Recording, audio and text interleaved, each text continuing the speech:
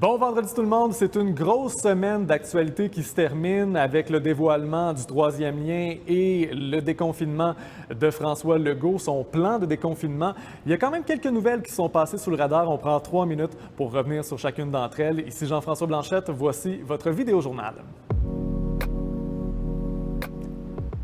Le maire Labaume a participé à 2 pelletées de terre cette semaine. La première, mardi, fait suite à une saga de 5 ans. C'est celle de la nouvelle centrale de police. Le nouveau bâtiment de 98,5 millions doit être inauguré à la fin de 2023 à l'angle de l'autoroute Laurentienne et du boulevard Louis XIV. Et on se souvient qu'en 2018, le conseiller responsable du projet, Jonathan Julien, avait quitté Équipe Labaume après avoir été blâmé par le maire pour l'explosion des coûts.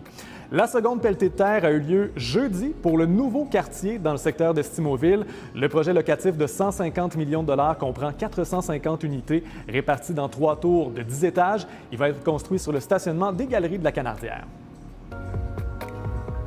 Le procès entre la Fondation Nordique et la Ville de Québec n'aura finalement pas lieu. Il avait pour objet l'annulation du Gala Triomphe à quelques heures d'avis en 2015. L'événement devait avoir lieu au Colisée, mais les Remparts avaient obtenu l'autorisation d'Exposité de disputer un match de séries éliminatoires lors d'une des soirées de montage des installations du Gala.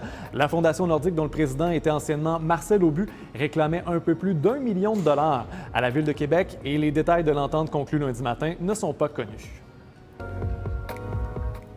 C'est le début des séries dans la Ligue nationale de hockey. Cette nouvelle-là n'a pas été éclipsée. Je voulais juste un prétexte pour vous remontrer ce superbe but de Paul Byron hier soir en désavantage numérique. C'est tellement beau que ça devrait aller dans un musée. Le Canadien a vaincu les Maple Leafs lors du premier match par la marque de 2-1. Prochain match samedi soir à 19h. Et vous savez, les nouvelles ne prendront pas de pause pendant le long week-end des Patriotes. Pour ne rien manquer, je vous invite à consulter l'application Info de Radio-Canada. Passez une excellente fin de semaine.